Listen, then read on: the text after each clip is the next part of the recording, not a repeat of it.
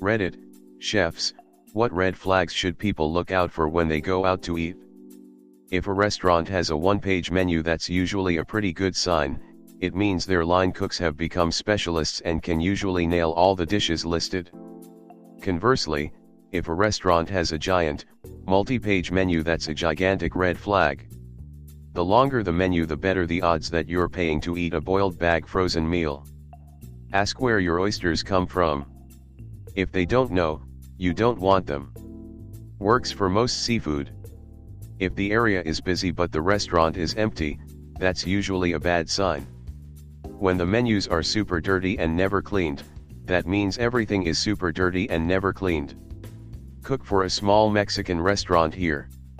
I always look for how the staff interact with each other.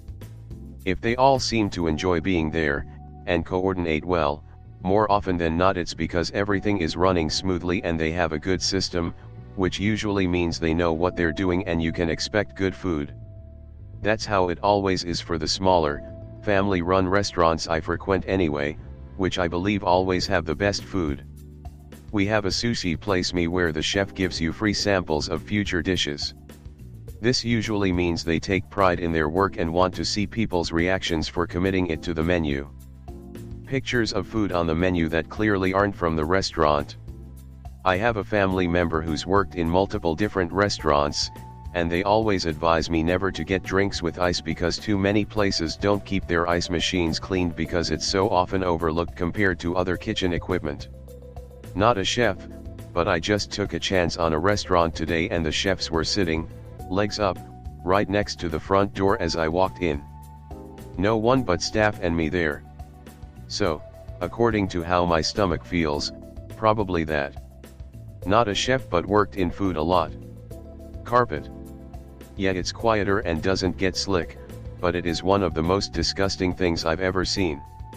I saw them pull it up when they remodeled, and put in more carpet. Vacuuming only goes so far in a restaurant and I know they never, ever shampooed it. There's a Chinese restaurant in my town with a sign out front that says, "Clean food. And fresh." I still can't help but wonder why they would bring that up unprovoked. If there is different cuisines on the same menu, it usually means it's not gonna be good. I don't trust that people can do Japanese and Italian in the same kitchen. If you order a meal that should take a long time to cook and it comes out very quickly, it's been pre-cooked. Edit, this applies mostly to quiet nights. If it's quiet and it comes out immediately, it's just been sitting there. But if it's busy, then there's enough turnover that it's likely alright and chefs are just being prepared. Waitress here. If you see any food coming out that's messy and there's sauce all over the rim of the plate, etc., it's likely to mean that the chefs aren't putting much effort into their meals and they therefore will not be very good. All the chefs at my work find it so important that everything is presented well, and I agree. So if they miss something, I'll check the plates and point it out, which they always appreciate as it reflects well on them. If you walk into a restaurant and hear Gordon Ramsay yelling at the staff, you probably want to leave. Unless it's one of Gordon's restaurants, of course. Stay away from buffet and salad bars. A lot of the time it is the same stuff that just gets refilled over and over. Super gross. Obligatory not a chef. My grandfather was a long-haul trucker, and always told me on road trips to look for the places truckers congregate. They all talk to each other and will find the best places along the highways. It's worked out for me so far. Edit, so in response, this is for greasy spoon places and I don't count gas stations. Also, this advice was given a few decades ago, so things have probably changed since. Still find pretty tasty, horrible for you food, though. My wife trained as a chef and I cooked in fine dining in college. A long menu is a red flag. If they have 40 different entrees, it means that they are preparing a bunch of frozen ingredients, or they have the exact same entree rebranded as a different dish based on the sauce. Short menus tend to mean fresher ingredients. If there are too many items on the menu. If you have 50 combo choices, man, you know half that stuff is frozen, old, canned, etc. Nothing is gonna be great like an In-N-Out burger.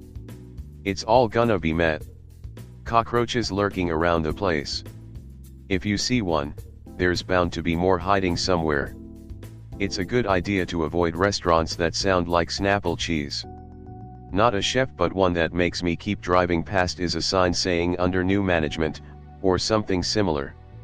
It means the business has already failed, at least once, and either a new owner has come in thinking they'll be able to cut corners better than the last owner, or it's the same owner trying to save face by saying someone new is in charge when there isn't.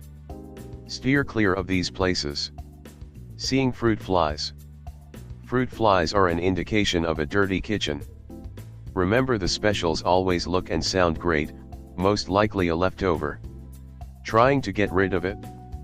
Did it myself as a chef for years. I look for dust. Dust on the ceiling tiles or in the air conditioning vents. I also have a habit of running my finger along chair frames after I sit down to check for dust. I recently went to a newish barbecue place.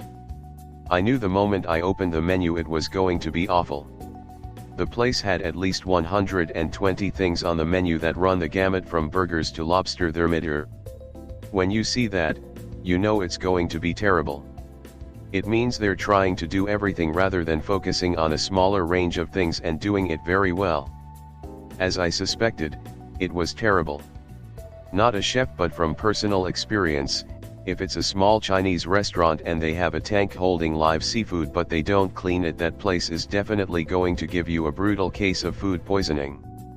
If you insist upon eating at such a place, I suggest you tip heavily, if ordering to go, or heavily flattering the wait staff or asking about what's fresh, if dining in. If there are a ton of menu items, like pages and pages, I walk the fuck out. Think of it like this: if you can do 10 things really well but there are 30 things to make, everything is going to suffer. The menu being large spreads everything out thin, from ordering, to food cost, and all the way down to plating and employee morale are all affected by having too many menu items. Literally, less is more. This is late, but I clean kitchen exhaust systems. If you walk in a restaurant and can smell grease, walk out. That means the place isn't clean. From the exhaust system to cooking equipment. We clean some places where grease drips off the hoods onto cooking surfaces. If the sign that says restroom secretly leads into the kitchen. If employees try to argue with you about food quality in order to dissuade you from sending something undercooked back, just leave. It means they have a cook who can't take criticism and your chances at getting a sneezer are greatly increased. If it's an Italian place and they serve butter with their bread. Not a red flag, but really nice / authentic places serve bread with oil and vinegar.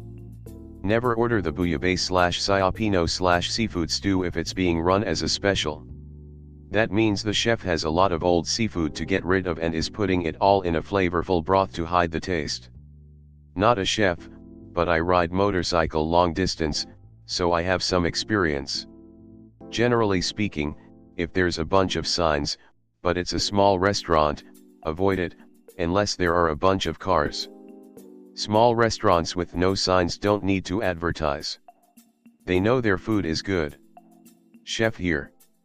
An easy red flag is an oversized menu or a menu that goes out of the restaurant's theme.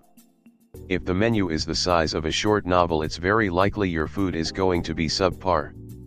Staff demeanor can be a big one, but is hard to judge if you can't see the cook / chef. It's not uncommon for places to have lazy servers with a poor attitude but the cook's still rocking it. If you do see the cook though and their demeanor is poor, they aren't going to care how your food comes out.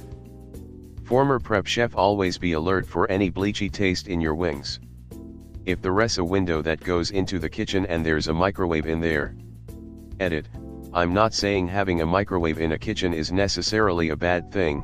It's just if you see plated food go into there, you don't want to be at that restaurant. B rating. Not a chef, but a waitress that has worked at a few seemingly harmless / hipster restaurant that have questionable conditions. Not hard to get AA rating, folks. I see you, too, have been to Cheesecake Factory. Carrot, edit: I live in Philly, so that's where my autocorrect goes. I was at a breakfast brunch in Reno that had lots of seafood. I asked one of the staff in a chef hat where the oysters were from. Without missing a beat, Washington State. Fell in love with that place right there. Unless you happen to be in a part of the world where the trip to the coastline takes less than half an hour without traffic. Since that means you're pretty much going to be near a harbor. I ate at a sushi place in a landlocked state a while ago. I was pretty nervous about how fresh the fish would be, so I asked about it. The waitress launched into a long explanation about where they get their seafood, how long it takes to get there, it's flown in daily, apparently there are special seafood flights for all the restaurants in the area, and the whole procedure. I was really impressed, and the food turned out to be amazing, just as good as coastal places and definitely better than some more conveniently located restaurants I've eaten at. I'm reminded of those Applebee's commercials where they advertised that their steaks were grilled, not microwaved, implicitly admitting that most of their food is microwaved. Except Chinese restaurants, the bigger the menu, the higher end the place is. The smaller the menu, it's either a young generation eatery or they are done giving a shit. Most because Chinese food is very mix and match, so a lot of it can be prepared without a lot of prep work. Unless it's a diner. If you order a staple that cooks on the flat top, you watch them make it. An omelette or really any egg dish and you're good. Now if you're ordering lobster from a diner, you may be in for trouble. Unless it's Mexican. And then it's the same 4 to 6 ingredients packaged differently. I was burned by this once though. The parking lot was always super busy, cars parked there constantly. So we decided, sure thing. We went, and it was horrible, filthy, and we all spent the rest of the night puking. Turns out local construction workers park in the parking lot. OTOH, empty neighborhood, and busy place. Usually a hole in the wall place that makes the most fire food. Or it's just a pretty new restaurant. It's nice finding new good restaurants because since they're pretty empty for a year or two, you usually get your food really fast and get good service. Depends on the venue. I work at a brewery and our menus are always being splashed by beer because people are drinking and deciding which one they want next. We wipe them down as often as possible, but sometimes a spot of beer can stay on them for a bit. Chef here. This is very true. We have an open kitchen, with customers often at the bar within earshot of us. We spend our shifts ripping on each other and generally talking shit, but all in good fun. Customers seem to get a kick out of how we all interact, like a family. We bicker, talk crap, yell sometimes. But at the end of the day we love each other and run a great kitchen. This is why I will always eat at Waffle Houses. Despite the status as a ghetto IHOP, the staff at every Waffle House I've been to always seem to have a great time working with each other. I worked in catering in college to pay rent, and harmony in the kitchen is so important even at a much larger operation. One head chef would just spew profanity and make us feel worthless, and was typically on speed. The other actually respected us and tried to teach us, but always remained smooth and organized. Guess which meals and events turned out better? Reminds me of the small corner cafes you see in my city. They're small but have plenty of patronage and the staff and customer interactions look good. You don't see bitching between the chefs and waiters and the customer service is genuine. I have no idea why anyone would open a restaurant and put carpet down. Carpets are a nightmare to clean and always look dirty after a year of being laid. That's such a turn off for me. So many restaurants in the UK have stains and they're decent places with great ratings. I just feel like I'm in a dirty place and it's not pleasant. Don't get a carpet if you don't intend to clean it. I have one of those places near my house too. Best sushi place ever. I designed a menu for a restaurant and left spaces for the pictures. They said they wouldn't send any and told me to take pictures from Google. I have never eaten there. Ran a kitchen. Can confirm. When I started they only cleaned the ice machine and soda machine when black stuff was in the Mountain Dew. While I was there, it was bi-weekly for the ice machine and nightly for the soda machine. That's 99% of the places that serve ice. Dirty secret is that soda fountain/ice dispensers are notorious for being dirty. And it's a complete pain in the butt to actually go and do too. It's good advice, but I'll never follow it. I love my ice too much. I just try not to think about it. I got ice out of the machine at my favorite Chinese place just today. Somehow a dead mosquito ended up in my cup. I don't really agree with the timing on the entrees. The restaurant I worked at pushed out wonderful steak dishes in 10 to 15 minutes because they had an efficient system in place, a great line of cooks, and an amazing head chef. Granted, this slowed down during heavy rushes. I walked into a new Mexican restaurant the other week and almost immediately walked back out. The parking lot was in shambles, the lights inside were off, the ceiling was lousy with water stains, and the menu was so jam-packed I didn't even bother to read it. A carpet has 100 times the fecal bacteria as a toilet bowl with turds floating in it.